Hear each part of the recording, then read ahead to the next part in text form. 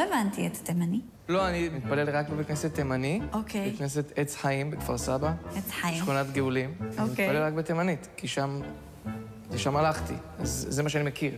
אני אעשה לכם דוגמה. בריה חי נמשכתו אשרחו, שם נססן מחברכו, הלא המו יורוחו מורחו. ואז הם חוזרים, בריה חי נמשך, וככה. וואו! פוצץ לי המוח. דש לי סחר הסבי, לכל בית כנסת עץ חיים בכפר סבא, ולעמרם דוד, אני אוהב אותך. אני יושב לידו בכנסת. ואתה תורם חי שקלים? לא, זה כזה... הם מוכרים כאילו תפילה. אוקיי. יש גונה? כאילו, יש גונה, זה כאילו יש קונה. ואז אני אומר, 200, אז אומרים, 200 שגולים, מי שמוסיף ברוכייה.